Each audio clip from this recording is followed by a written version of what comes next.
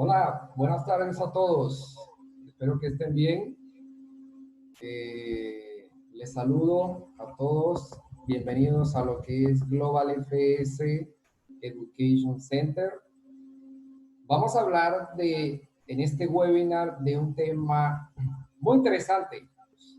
¿Cuál es el mejor sanitizante en lo que tiene que ver la industria de alimentos? Y cómo finalmente podemos tomar la mejor decisión desde el punto de vista de lo que es la compra, el uso y por supuesto lo que tiene que ver la parte técnica, sobre todo cuando estemos dialogando con ese proveedor.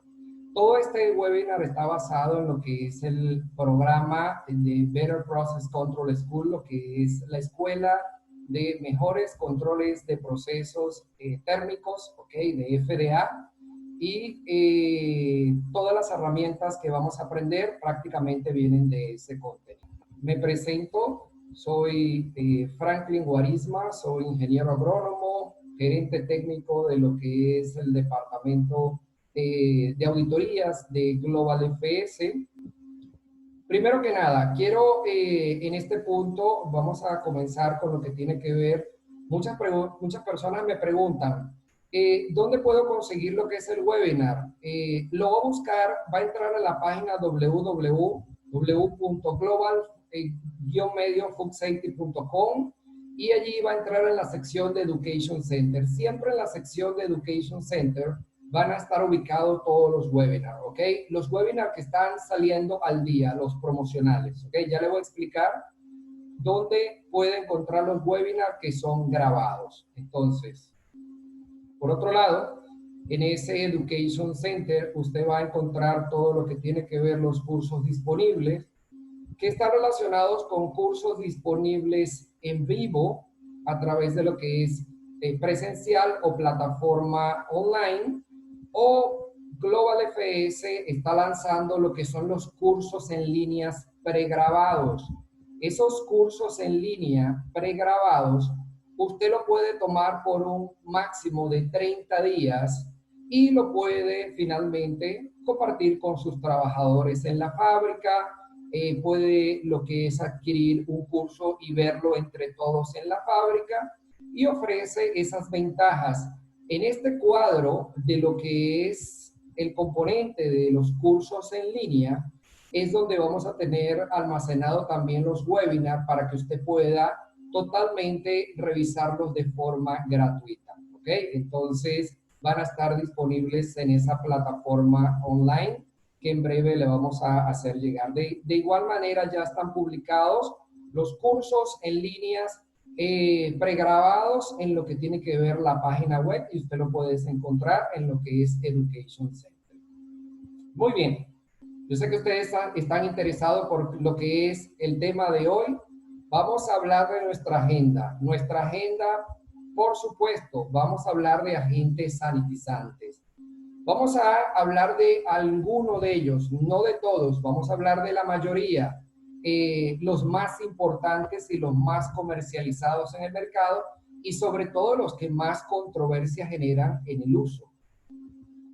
Por otro lado, vamos a hablar de las aplicaciones, cómo son aplicados y finalmente cómo afecta la eficacia en su aplicación, que eso es algo que a usted le tiene que interesar.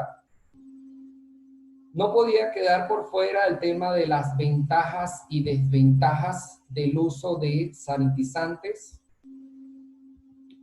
Y por supuesto, las aprobaciones regulatorias. Muchas veces usamos sanitizantes que tienen alguna aprobación internacional, alguna aprobación local. En este caso vamos a revisar las aprobaciones de FDA. Le voy a mostrar a ustedes, dónde están las aprobaciones relacionadas con FDA, en qué parte lo pueden buscar exactamente, las aprobaciones de USDA y también de la Agencia de Protección Ambiental Americana. Entonces son importantes estos puntos para que usted pueda saber en dónde buscar en todo momento el tema de la aprobación de agentes de sanitización. No podría faltar en la agenda cuál uso, cuál es el mejor sanitizante, cuál es la mejor decisión que puedo tomar en relación a esto. Estoy gastando mi tiempo, estoy gastando mi dinero, estoy lleno de microorganismos ambientales, patógenos ambientales en mi fábrica y no sé cuál es el sanitizante que voy a usar. Vamos a revisarlo en relación a eso. Entonces, así comenzamos. Sanitizantes en la industria de alimentos. Sin embargo, quiero aclarar varias definiciones porque por lo menos en el español genera confusión cuando hablamos de un sanitizante. ¿Es lo mismo que un desinfectante? ¿Es lo mismo que un esterilizante? Vamos a ver unas revisiones que nos da FDA en relación a lo que es un sanitizante, un esterilizante y lo que es un desinfectante. Sabiendo que un sanitizante o un agente sanitizante, dependiendo del diseño y del desarrollo, puede convertirse también en un agente desinfectante. Sin embargo, vamos a leer esta definición. Finalmente, el sanitizante reduce significativamente el número de células vegetativas de microorganismos, relacionados sobre todo con la salud pública, que es lo que le interesa a FDA, pero no los elimina por completo. Inclusive va a tener posiblemente fallas en lo que es la eliminación de esporas, ¿sí?, de microorganismos, dependiendo, como le dije, del diseño y la concentración. Ahora, un agente desinfectante elimina microorganismos, inclusive virus, bacterias, protozoarios presentes en diferentes superficies y los elimina, por ejemplo, las bacterias, a un nivel del 99.999% durante un lapso aproximado de 5 a 10 minutos. Para eso fue diseñado lo que es un agente desinfectante y hoy día está muy en tendencia el uso de lo que son desinfectantes por el tema de lo que es COVID-19. Ahora, un agente esterilizante muy usado en la industria farmacéutica o la industria hospitalaria se basa en que alcanza la muerte de todas las formas de vida microbiana, incluyendo bacterias y formas esporuladas altamente resistentes, así como hongos, y por supuesto los esporos de hongo y los virus. Entonces, estos agentes esterilizantes, usted lo puede encontrar en el mercado, ¿sí?, nacional, algo como esto que están viendo en esta figura. Es una destrucción completa de todas las formas de vida, incluido lo que tiene que ver las bacterias, virus y por supuesto el tema de hongos. Los agentes desinfectantes destruyen también lo que es el 100% de las células vegetativas, pero posiblemente no destruye lo que son las esporas de las bacterias. Eso hay que tener cuidado.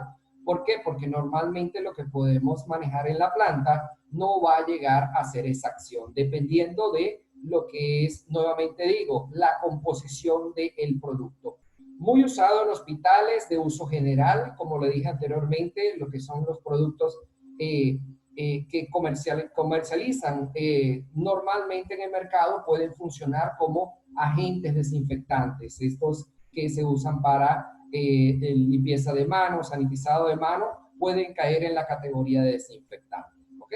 Entonces, con esto dejo explicado la diferencia entre un agente desinfectante y un agente sanitizante, porque en la mayoría de los casos, en esta sesión de este webinar, vamos a hablar de lo que son agentes sanitizantes, de lo que usamos dentro de la industria de alimentos. Yo no quiero avanzar sin que usted entienda lo que es el criterio químico de los agentes sanitizantes, inclusive los agentes surfactantes. ¿Por qué? Porque usted tiene que entender que existe la categoría de los aniónicos, los catiónicos los no aniónicos, inclusive los anfotéricos, ¿ok? Eso es importante. La mayoría de los surfactantes que usted encuentre en el mercado, cuando yo hablo de surfactante, para que usted lo entienda de forma más rápida, son todos los productos detergentes, ¿sí? Ellos entran en la categoría de los surfactantes y la mayoría de ellos son de composición aniónica, ¿sí? Los formadores de espuma. A diferencia, los catiónicos, que son la mayoría de los sanitizantes, ¿sí? Estos catiónicos son agentes humectantes muy pobres, ¿ok? Por eso es que usted finalmente lo puede aplicar y se va a dar cuenta que no tiene fácil adherencia en la superficie. Son emulsionantes pobres, usted no lo puede usar para finalmente colocar una materia orgánica en suspensión a través de una emulsión. Para eso están los primeros, que son los aniónicos, que son los surfactantes, ¿sí? Utilizados como desinfectantes, por ejemplo, usted va a ver lo que es la serie de los amonios cuaternarios, ¿sí? Estos amonios cuaternarios entran en el grupo de los catiónicos debido a las propiedades, sobre todo antiestáticas en las superficies.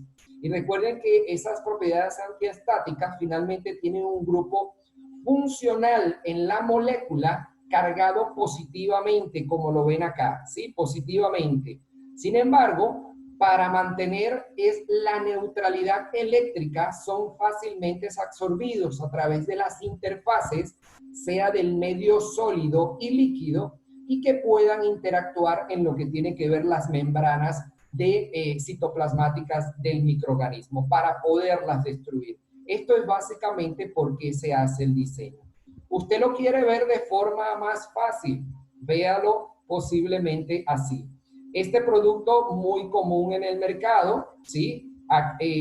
Sobre todo en el área de Centro y Norteamérica se usa el Lysol. En la área de Sudamérica usan el Lysophor. Son productos que se categorizan en lo que tiene que ver tensoactivo catiónicos. Aquí lo ven, ¿sí? Por eso es que le había explicado anteriormente el principio químico, para que entiendan, porque muchas veces intentan mezclar un sanitizante con otro o con un surfactante y puede generar más bien una ineficacia totalmente en lo que es el agente sanitizante al mezclarlo con lo que es un aniónico o finalmente con un anfotérico.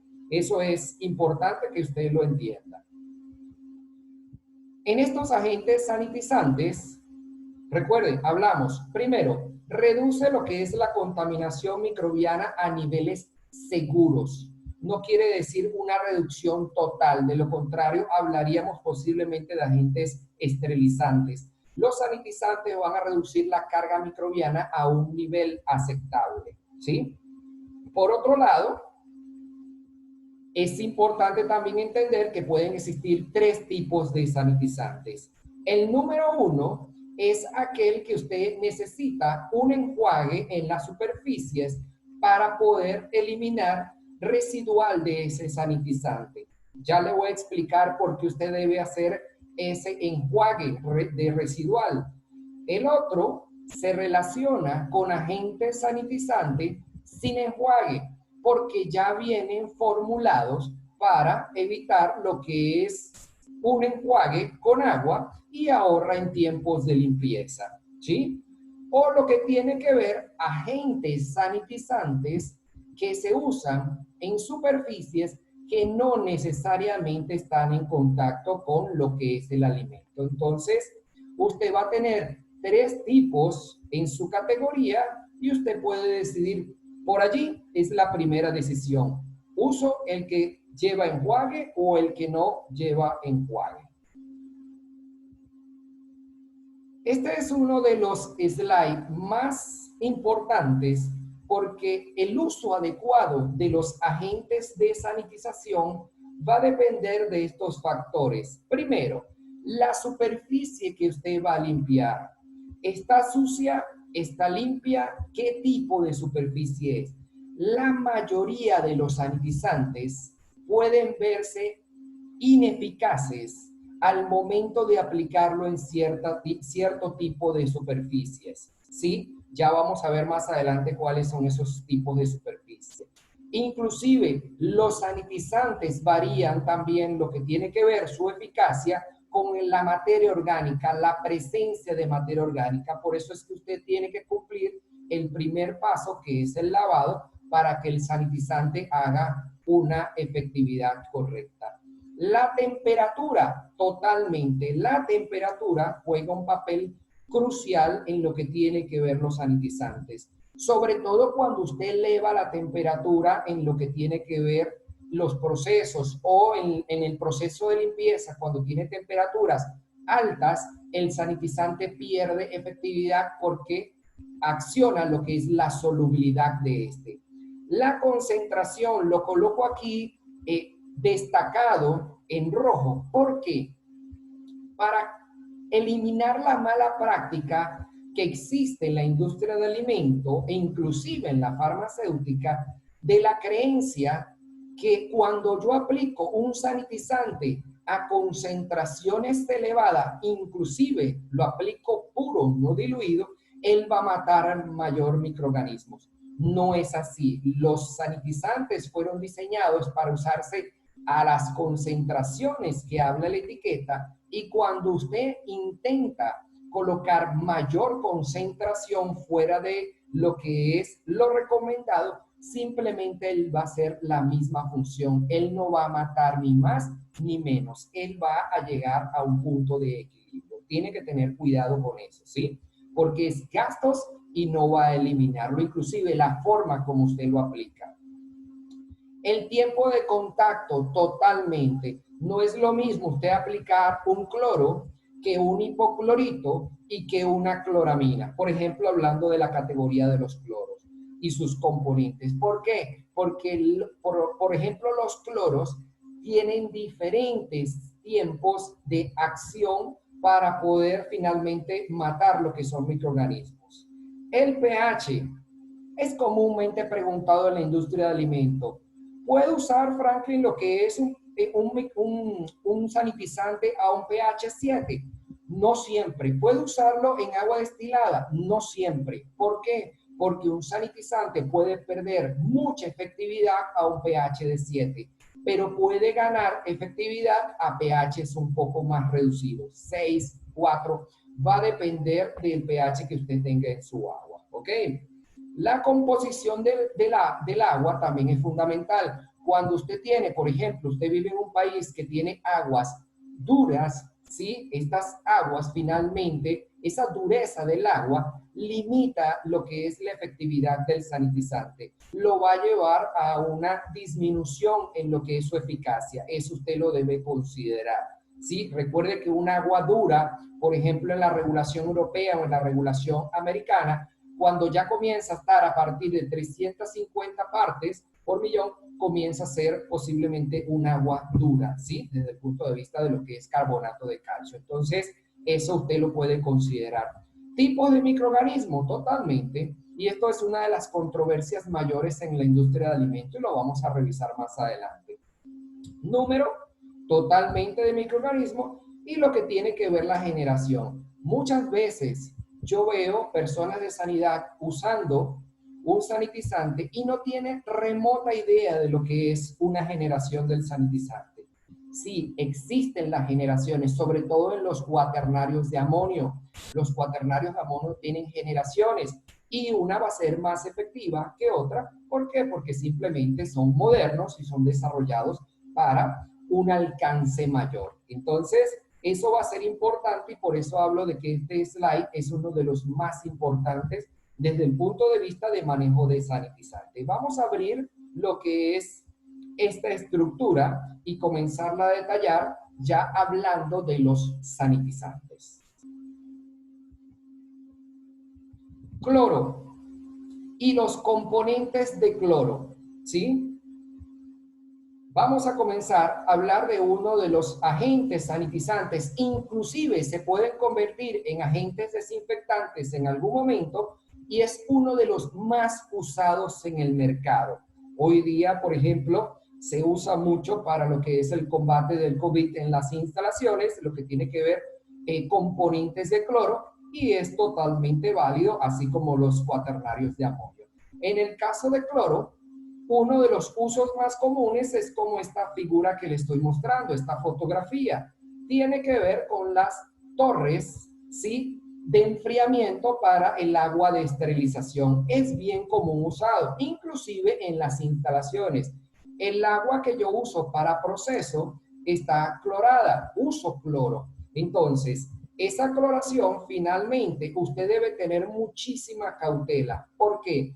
Porque usted debe considerar la dosis de cloro, la demanda de cloro, el residual de cloro, lo que es el punto de quiebre o el punto de equilibrio de lo que es la cloración y por supuesto la cloración en planta.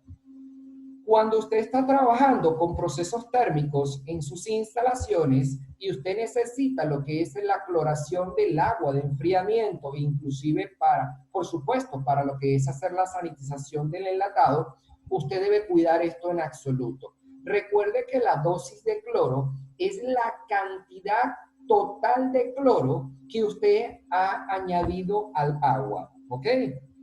En cambio, la demanda de cloro es cuando el cloro reacciona con las impurezas que tiene esa agua, ocurriendo un proceso de oxidación sobre esas impurezas que están presentes en el agua, y el cloro necesario, sí, que yo voy a necesitar entonces para lo que es el control microbiano, se llama la demanda de cloro, ¿sí? ¿Por qué? Porque finalmente va a actuar lo que es este componente que está aquí, el punto de quiebre. Y recuerde que el punto de quiebre o el punto de equilibrio de cloración, una vez que la demanda de cloro ha sido satisfecha, la formación de cloro combinado, la que tiene la combinación que ha sido alcanzada, finalmente se llama lo que es el punto de quiebre. Cuando usted tiene lo que es la demanda de cloro satisfecha y lo que es el residual de cloro en un mismo nivel. Allí se llama lo que se relaciona el punto de quiebre. Eso es importante que usted lo entienda para que su cloración sea efectiva en lo que tiene que ver con el agua. ¿Ok? Por otro lado, la cloración de planta, por último, puede estar entre 2 a 7 partes por millón, dependiendo de la regulación local. FDA lo considera bajo esta regla. Y por otro lado, está para procesos de sanitización, usted lo puede tener entre 20 a 50 partes por millón. Entonces, es apenas una referencia bibliográfica que usted puede manejar. Recuerden que las preguntas las pueden ir haciendo en lo que es la caja de preguntas y respuestas. Al final de la sesión, yo puedo responder absolutamente todo. ¿Ok? Vamos a ver la selección de los componentes de cloro. Lo primero que usted tiene que saber es de acuerdo al uso específico. ¿Para qué va a usar este cloro? ¿Sí? La restricción regulatoria, ¿qué dice su regulación local en base a lo que es el cloro? El tiempo requerido, y lo estoy colocando en rojo porque es una de las condiciones más importantes en la cloración, ¿sí? Lo que es eliminación, cuando se comporta como un agente desinfectante para eliminar el 99% de las bacterias expuestas, el tiempo requerido juega un papel fundamental.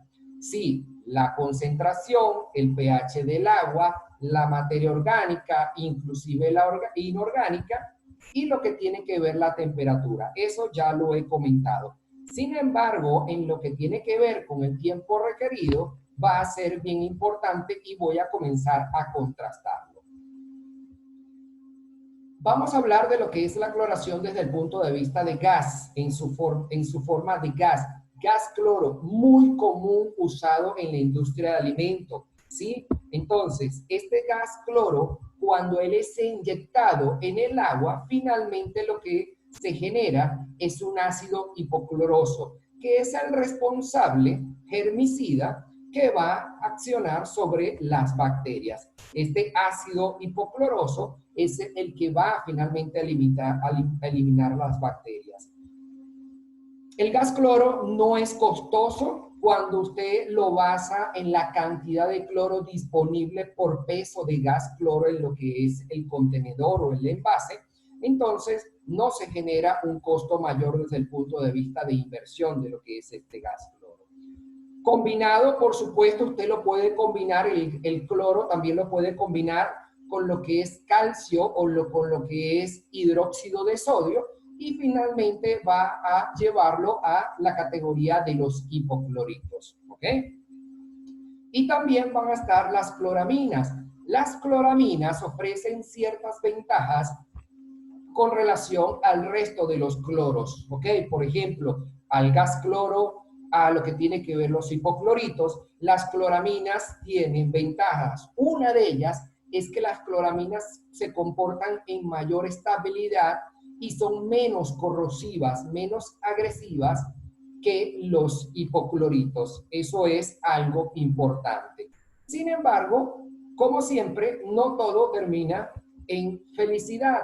¿Por qué? Porque las cloraminas también pueden tener ciertas desventajas y son bastante destacadas. Ya le voy a explicar por qué tienen desventajas. Vean este gráfico donde tenemos lo que es el gas cloro, tenemos el hipoclorito de sodio y tenemos el hipoclorito de calcio, ¿sí? Todos estos están mapeados en este rango de pH entre 6 a 8 de pH. Un pH básico y un pH ligeramente neutro ya en la categoría de ácido.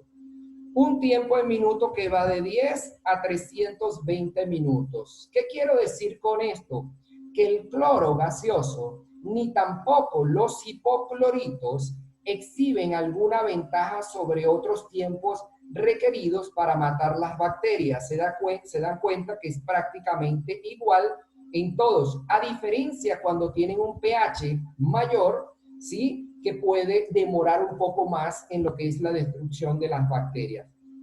Pero sí existe una diferencia marcada que es con relación a las cloraminas. Ven que las cloraminas demora entre 12 a 15 veces más en tiempos para lo que es la destrucción del 99% de las bacterias. Entonces, ¿qué quiere decir esto? Que la acción de las cloraminas es menor, pero es más duradera que los hipocloritos a través del tiempo. Entonces, esa es una de las ventajas o desventajas que usted puede ver al momento de usar las cloraminas o lo que tiene que ver los hipocloritos o el gas cloro como tal.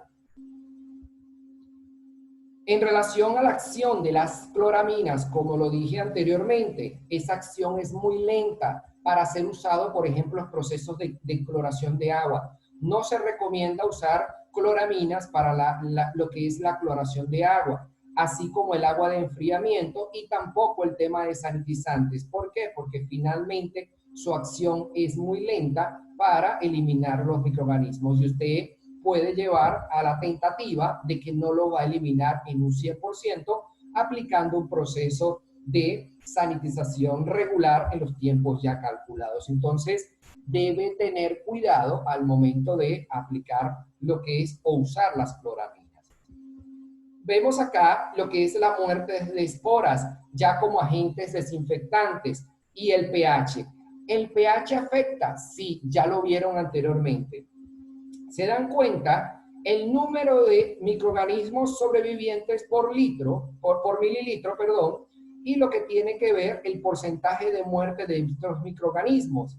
Y acá en el eje de las Y, perdón, en el eje de las X, se muestra totalmente lo que es un producto, ¿sí? Un producto a base de cloro, donde hay una reducción bastante rápida con un pH de 6. Sin embargo, cuando trabajamos con pH de 8, demora mucho más y la reducción en porcentaje de muerte es mucho menor, aproximadamente un 95%.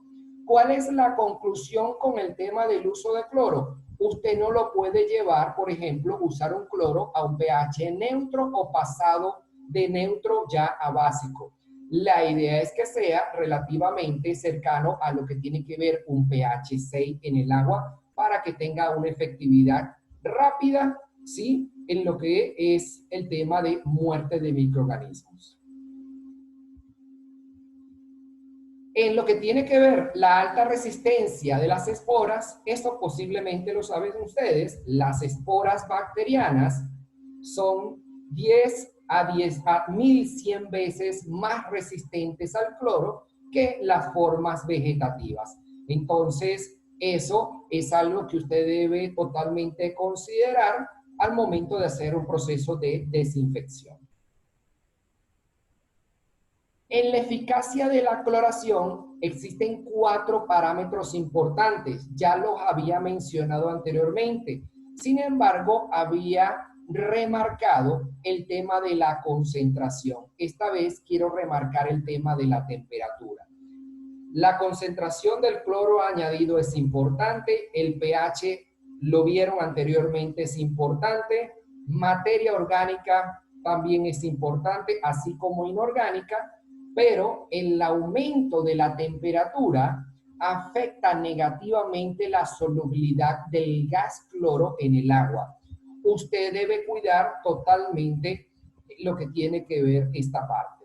Vamos a verlo en el próximo slide, cómo se comporta lo que es el gas cloro, ¿sí? O el cloro, en lo que tiene que ver el tema de temperatura. Véanlo aquí. Lo que tiene que ver la solubilidad del gas cloro en presencia de agua a diferentes temperaturas. Si yo tengo un producto con una temperatura de 10 grados relativamente frío, la disolución del cloro va a ser baja, pero cuando yo lo llevo a una temperatura de 90 grados, prácticamente yo voy a tener 1200 partes por millón en lo que tiene que ver con ese proceso. Sin embargo, el aumento de la temperatura puede mejorar la efectividad del cloro. Sí, yo puedo tener una temperatura de 30, 50 y quiere decir que 5.600 partes por millón, 3.900 partes por millón, no es nada mal para hacer lo que tiene que ver una desinfección o una sanitización. Está totalmente bien. Lo que hay que entender es que sí puede llevar a lo que es una reducción en, por supuesto, la presencia de cloro soluble en el agua debido a ese factor determinante. ¿Ok? Entonces, recuerden esta parte importante, sobre todo cuando están tratando de usar temperaturas elevadas con inyección de gas cloro y quieren reducir lo que es carga microbiana y a su vez lo que es esporas, porque saben que las cloraminas demoran para la reducción microbiana y si usted agrega temperatura va a empeorar la situación desde ese punto de vista. ¿Ok?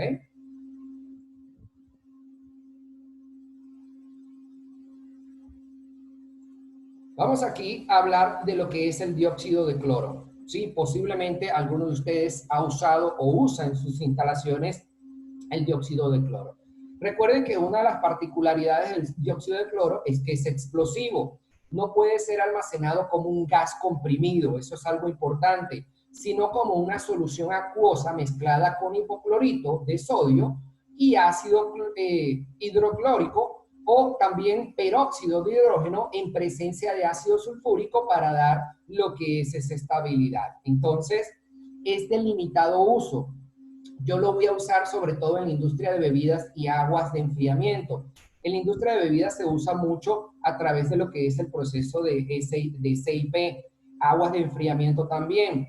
En frutas y vegetales fue aprobado recientemente, no tan reciente, más fue la última aprobación que hizo FDA en relación a esto.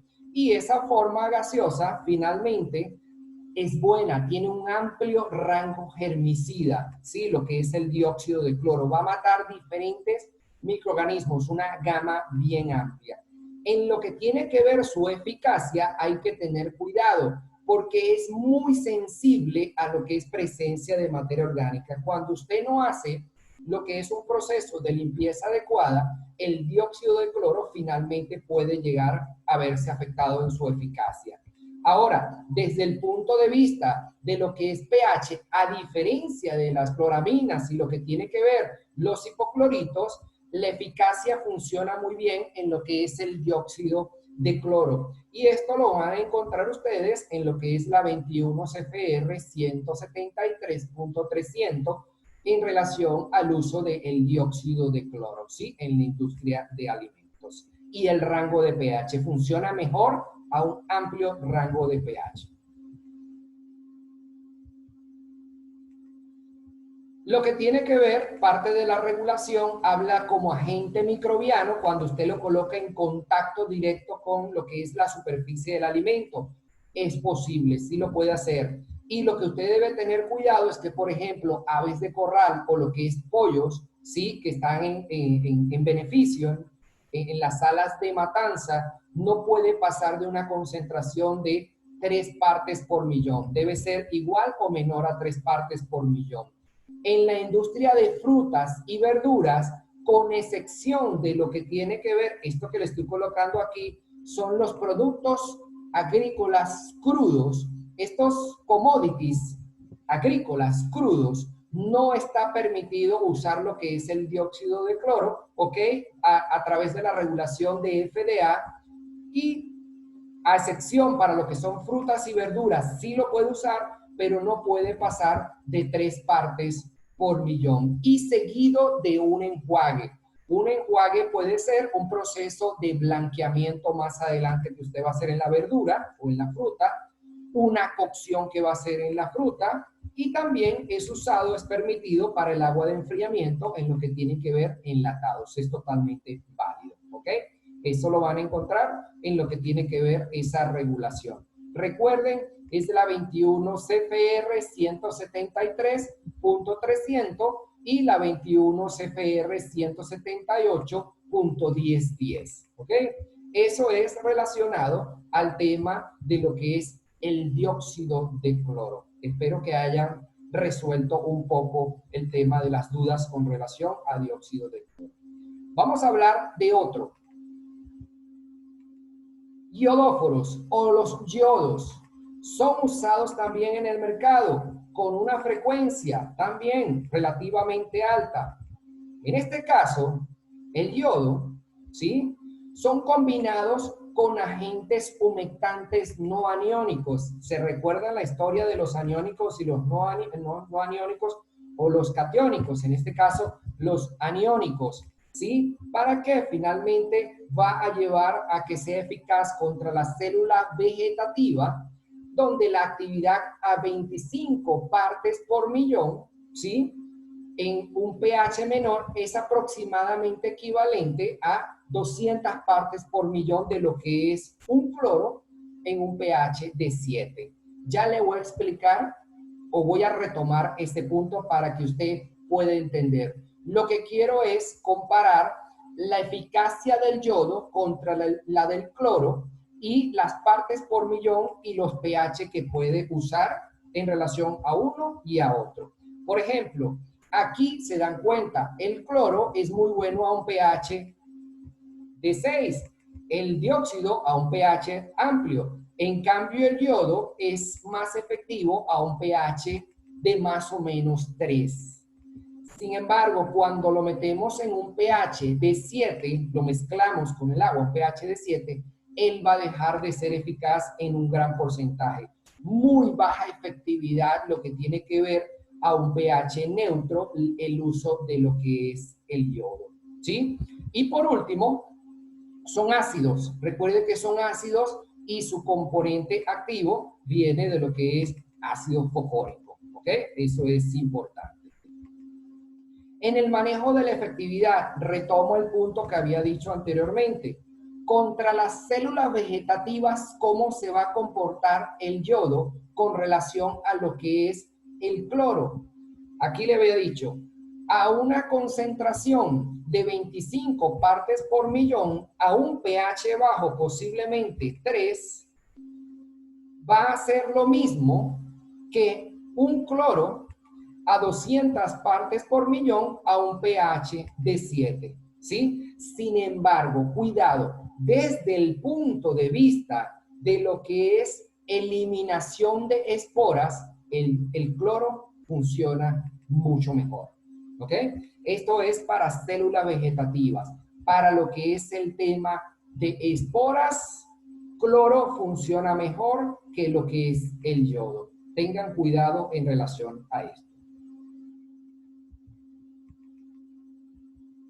Ventajas del uso de yodo. Es fácil de manejar, muy fácil de manejar lo que es el yodo. No es irritante, ¿sí? A los niveles recomendados usados. Contribuye en lo que tiene que ver su color. Como su color es ámbar, prácticamente no necesita un test para saber si hay residual o no. Por otro, la reacción es fácil en residuos orgánicos. Eso es importante. Entonces, a diferencia de los cloros o el dióxido, recuerden que el dióxido no era bueno en lo que tiene que ver con la oxidación de las materias orgánicas. Este funciona mejor en relación a esta parte. ¿Tiene desventajas? Sí, lamentablemente tiene desventajas. El yodo, ¿sí? En relación a lo que es el cloro, manchas en epóxico. Ya yo vi en industrias de alimentos usando pisos epóxicos manchados con aplicación de yodo, sobre todo cuando elevan las concentraciones. Lo que es el PVC, el policlorato de vinil, también lo llega a manchar, ¿sí? Y otras superficies pueden verse afectadas por lo que es el yodo. Hay que tener cuidado en relación a esto. Puede decolorar alimentos almidonados, eso también es clave, y el efecto mínimo en un pH neutro. Prácticamente usted puede usar el agua y normalmente en la industria de alimentos se usa un agua relativamente cercana al neutro, 6, 5, y eso hace que el yodo pierda su efectividad en relación a esta parte. Y por último, son caros. El yodo es relativamente costoso cuando usted lo compara con lo que es el cloro. Y por supuesto, no son estables a temperaturas por encima de 50, 60 grados, comienza a perder su estabilidad. El cloro se comporta relativamente mejor, a diferencia de lo que es el gas cloro. Las cloraminas sí funcionan mejor en la estabilidad, ¿ok? Comparado con el yodo. Y por último, no es efectivo contra esporas. Entonces, eso hay que tener cuidado en relación a esta parte. Bien, hablamos de los yodóforos y el yodo. Vamos a hablar ahora de los más famosos, los que generan controversia en el mercado, los cuaternarios de amonios. Estos cuaternarios de amonio, llamados en Estados Unidos los quat, o químicamente lo que es el NH4, finalmente son muy buscados en el mercado. Sin embargo, hay que tener cuidado. ¿Por qué? Ya vamos a ver el por qué. Más desde el punto de vista de beneficios, genera una lista inmensa de grandes beneficios. Vamos a ver en relación a esto. La primera pregunta que usted se va a hacer, ¿es efectivo como sanitizante el cuaternario de amonio? Yo le puedo responder sí, mas debe tener cuidado. ¿Por qué? Y aquí viene una de las controversias. Es selectivo, señores, contra los gram positivos. Muchas veces yo veo en industria de alimentos que se cansan de usar un amonio cuaternario y me dicen, no está funcionando y tenemos crecimiento microbiano. ¿Qué tipo de proceso tiene? ¿Qué tipo de alimento usted tiene? ¿Es vulnerable a una salmonela o a una listeria? Usted sabe que una es gram positivo y otra es gram negativo o viceversa. Entonces, es lo primero que usted debe saber. Recuerde que las gram positivo son aquellas bacterias que finalmente se tiñen con violeta de genciana cuando se utiliza el protocolo de tinción de gram. Entonces, hay que tener cuidado en relación a esto. Estas gram positivos, por ejemplo, está la familia de las micrococáceas, que son los micrococcus y los staphylococcus. Usted puede totalmente usar un amonio cuaternario. Ahora, lo que son los bacilos, productores de esporas, Ejemplo, los Clostridium. También funciona en la categoría de los gram positivos el amonio cuaternario. O lo que tiene que ver los bacillus corrientes no esporulados como los lactobacillus. También el amonio va a funcionar muy bien en relación a esta parte. Ahora, quiero llegar al punto. El punto es que, ¿cuántas veces no vi yo usando en la industria de alimentos ácido peracético para eliminar Listeria monocytogenes? No es lo correcto.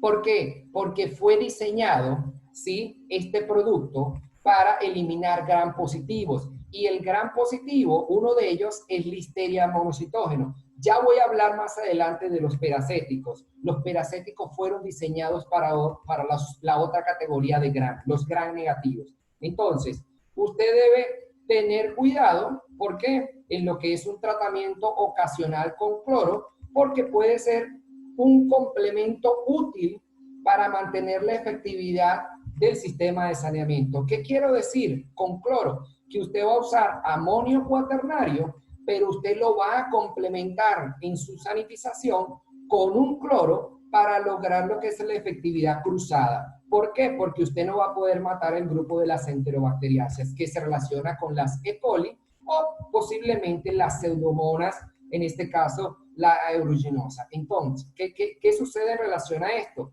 Que pueden crecer en soluciones de amonio cuaternario en inmersión manual. Normalmente los amonios cuaternarios los usamos para sumergir componentes de los equipos para sanitizarlos, o inclusive los aplicamos en piso, algo como eso. Entonces, para mejorar ese tratamiento, yo hago lo que es una adición de cloro y mejoro esa efectividad de la limpieza.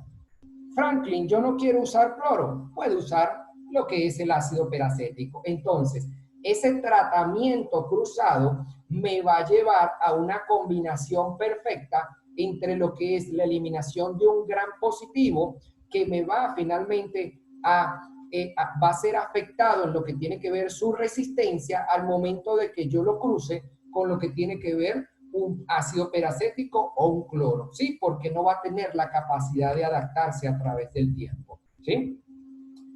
Continúo hablando de los amonios cuaternarios. Recuerden que los amonios cuaternarios o los QUAT, ¿sí?, como lo dije anteriormente, son componentes catiónicos, son compatibles con agentes humectantes no aniónicos. Eso da la posibilidad de que usted pueda trabajarlo de forma mucho mejor, más eficaz en la industria de alimentos, ¿ok? Entonces, ¿para qué? Para poder jugar con la tensoactividad de la superficie y pueda totalmente sanear lo que es ese componente. Ahora, cuidado, porque con algunos jabones aniónicos no lo puede mezclar, no son compatibles, ¿ok?, en relación a esto. Hay que tener cuidado. Y algunos fosfatos orgánicos cuando está manejando categoría de fosfatos dentro de lo que son las instalaciones. Entonces, es importante, recuerden que lo que son estos componentes catiónicos, yo lo puedo manejar con humectantes, más no con algunos jabones que son de la categoría aniónico, ¿ok? Lo que tiene que ver detergentes, vamos a hablarlo así, en categoría aniónica. Desventajas: no se lleva bien con el nylon, con la madera, con las esponjas de celulosa y los plásticos. Cuando usted tiene en su industria de alimentos, por ejemplo, los nylon, estas piezas plásticas de los equipos, los uretanos, poliuretanos, tenga cuidado porque puede ser que no se lleve totalmente bien lo que es el amonio cuaternario. Pierda efectividad total en relación a esta parte, ¿sí? Muy bien en los aceros inoxidables, en algunos metales, más en estas categorías, el nylon, que son parte de los equipos, y sobre todo donde hay juntas, que puede haber lo que son microorganismos entre lo que es la superficie del acero y el nylon, puede perder eficacia.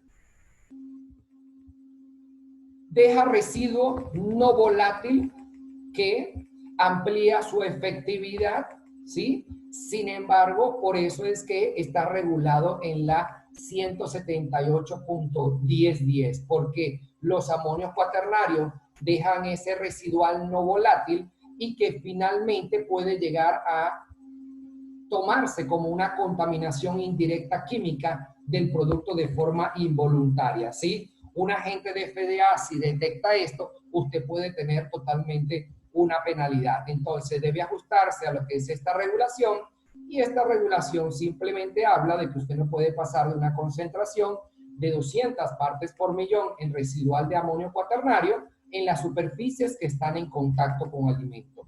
Superficies que no están en contacto, puede usar mucho más, 600 partes, 1200 partes, dependiendo del grado de contaminación que usted tenga, sobre todo en las áreas de tránsito.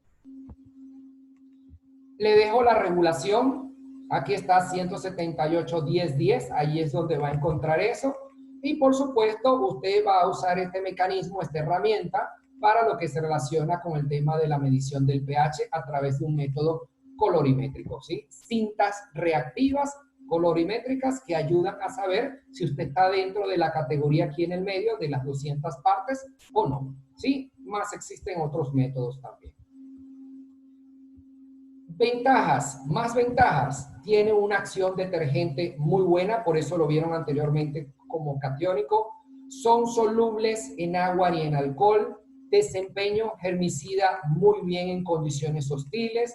Son de baja espuma. Tienen una alta tolerancia a las cargas de proteína, a diferente de lo que era el cloro.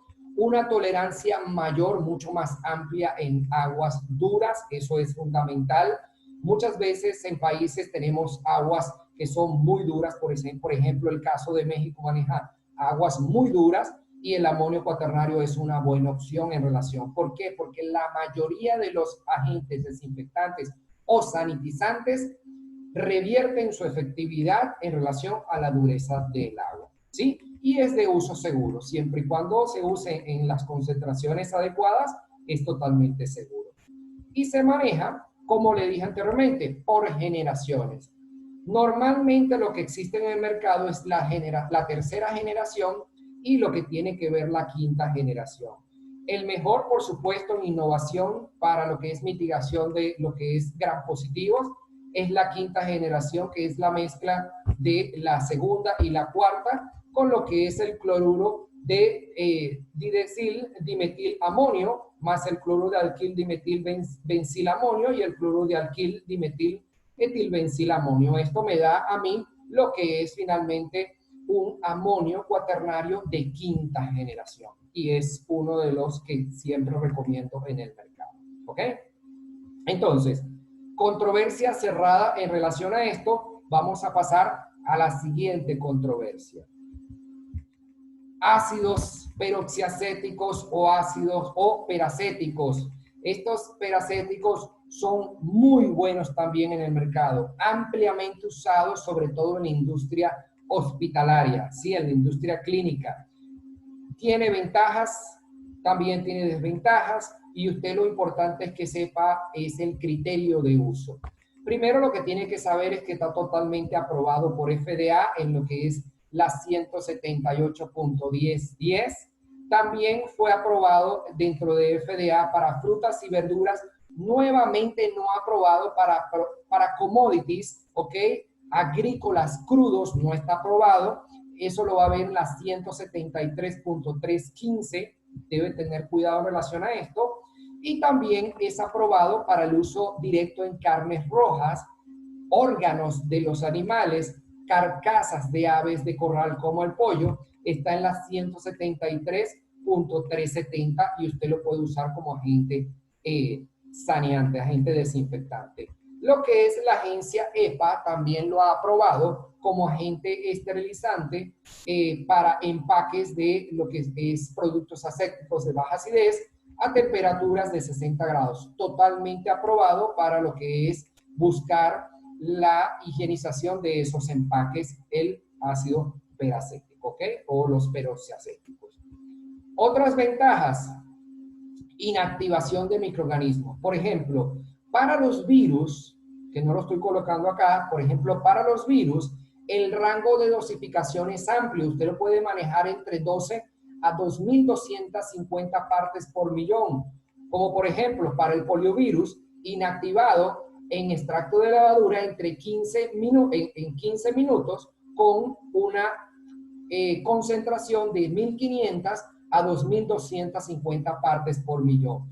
Para el caso de bacterias, ¿sí? En este caso, gram negativas, hongos, levaduras, en 5 minutos máximo a una concentración de 100 partes por millón, usted logra lo que es la destrucción de esta bacteria que está aquí, la salmonela. Entonces, señores, resuelto la otra controversia.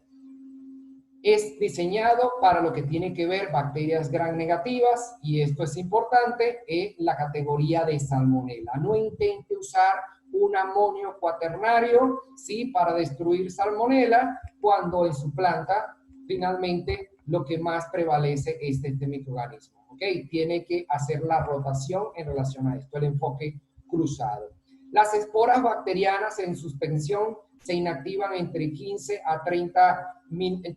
segundos a 30 minutos, dependiendo de la concentración, que va entre 0.05 a 1%, y esto es muy aplicado sobre todo en los hospitales, en los ambientes cerrados. Hoy día está muy usado por el tema de lo que es el COVID. Otras ventajas: tiempo de ciclo de esterilización es muy rápido, de 30 a 45 minutos. Esterilización por inmersión líquida, usted lo sumerge a 50 a 55 grados Celsius, va a funcionar bien. Es amigable con el medio ambiente porque apenas esto es ácido cético con oxígeno y agua, y se puede usar en componentes totalmente automatizados. Por ejemplo, lo que tiene que ver un aspersor o lo que tiene que ver un generador de neblina. Todo esto es totalmente usado en la industria de alimentos, también es totalmente válido. ¿Okay?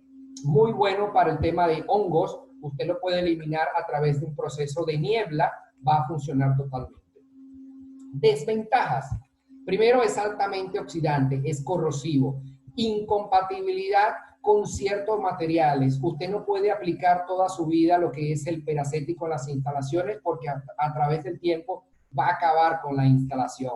¿Por qué? Por la alta oxidación que tiene. Utilizado solo para equipos sumergibles, es lo que se refiere.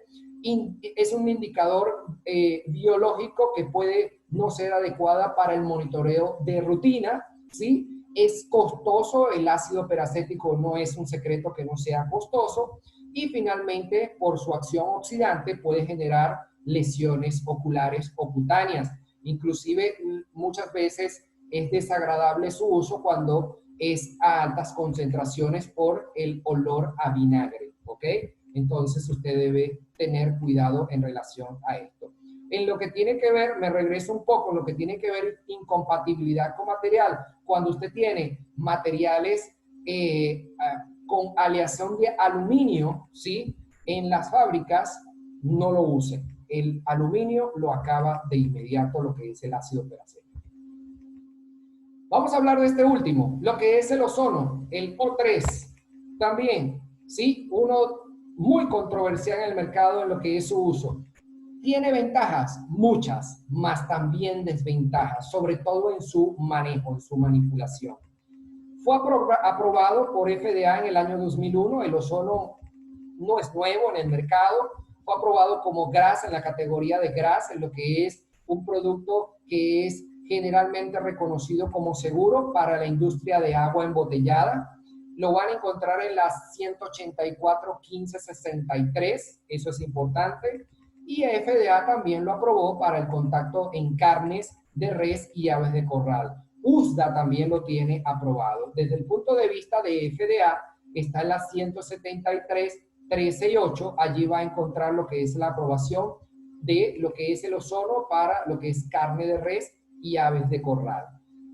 Es amigable con las plantas de tratamiento, el tratamiento de agua, a las descargas de agua. ¿Por qué? Porque básicamente no afecta lo que tiene que ver esto que está aquí, la demanda bioquímica de oxígeno, y lo que tiene que ver la demanda química de oxígeno no se ve afectada en la planta de tratamiento por la descarga de lo que tiene que ver ozono. Eso es fundamental. Como le dije, altamente efectivo en el ataque a microorganismos, un amplio espectro. Y vemos aquí una prueba, por ejemplo, en esta planta de frutas y verduras. vemos en diferentes locaciones, ¿sí? Que son de acero inoxidable. Inclusive lo vemos aquí en lo que es drenajes, otro tipo de drenajes en contenedores, donde la reducción, la pueden ver aquí, la reducción microbiana a través de lo que son conteo por placas, es bastante importante, prácticamente un máximo de 98 a 99%. Sin embargo, aquí para este drenaje, lamentablemente, esta prueba que hicieron no dio resultados amigables, ¿sí? No fue compatible, por eso la ven así. Sin embargo, en el otro drenaje, por un tiempo de 2 minutos, dio una reducción de 77.5 y eso es importante. Cuando lo ven desde el punto de bioluminiscencia, también genera lo que es una aceptación bastante interesante. Entonces, estas pruebas, aquí que se hizo en estas pruebas, no se limpió la superficie antes del saneamiento, por lo que finalmente se midió el efecto de lavado con el ozono. ¿Qué se hizo en estas pruebas? Finalmente no se limpiaron antes del saneamiento, no se hizo una limpieza, ¿ok? Y simplemente se midió el efecto del lavado con ozono. Las pruebas se repitieron 4 veces y finalmente se hizo una prueba con hisopado en 100 centímetros cuadrados para, después de la aplicación, utilizando lo que es un recuento de placas aeróbicas con Petrifilm y lo que fue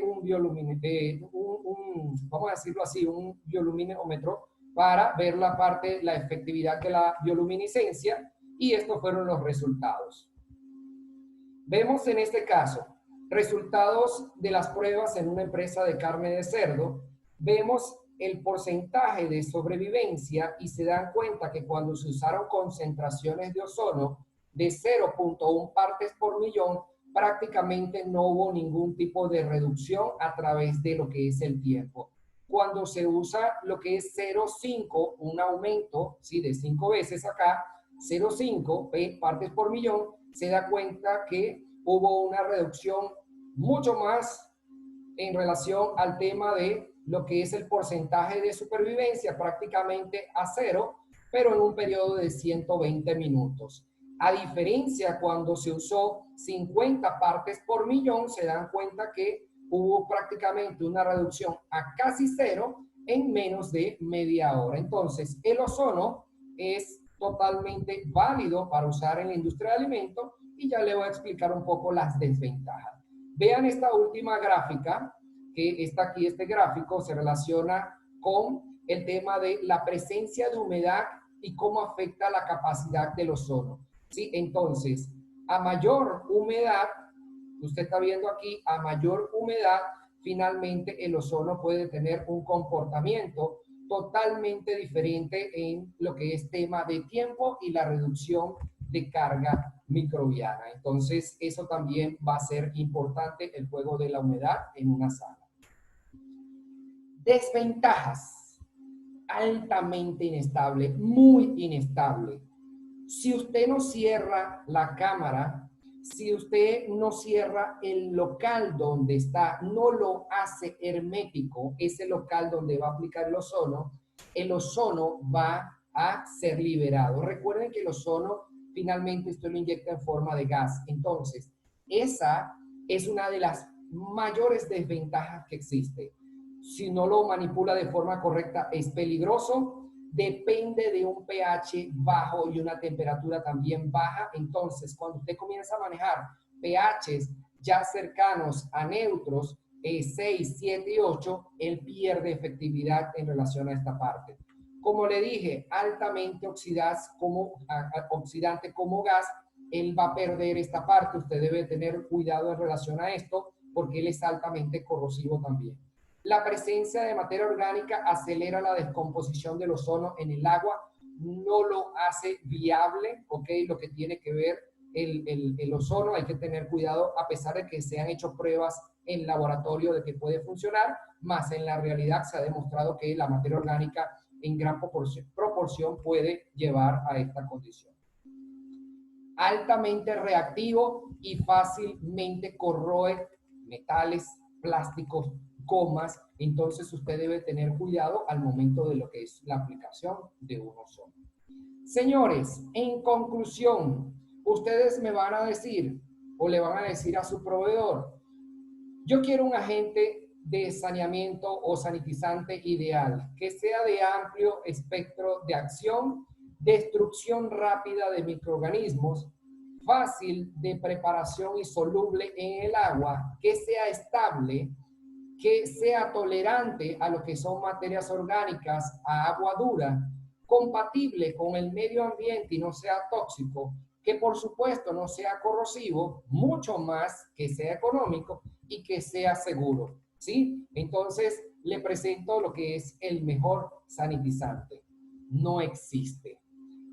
Por eso es que genera tanta controversia. No existe lo que es un sanitizante óptimo en el mercado. Usted debe hacer mezclas cruzadas con uno o simplemente adaptarse a lo que es uno de ellos para hacerlo de forma ventajosa. Lo más importante que usted debe entender siempre es el tema de las propiedades químicas y todo relacionado en la forma de uso, ¿sí? Eso es fundamental.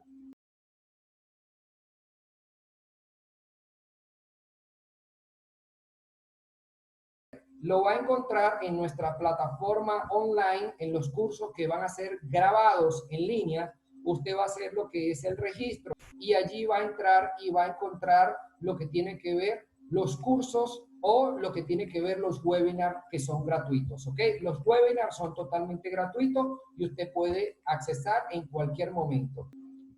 Como siempre, lo invito a pertenecer al grupo técnico a través de lo que es el WhatsApp. Se han dado cuenta las personas que pertenecen a estos grupos son totalmente técnicos, temas técnicos. Existe uno para habla hispana y para habla portuguesa.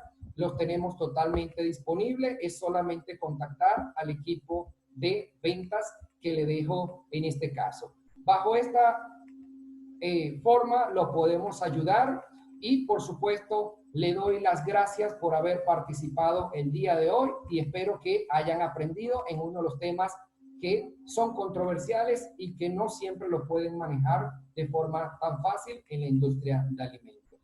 Muchas gracias.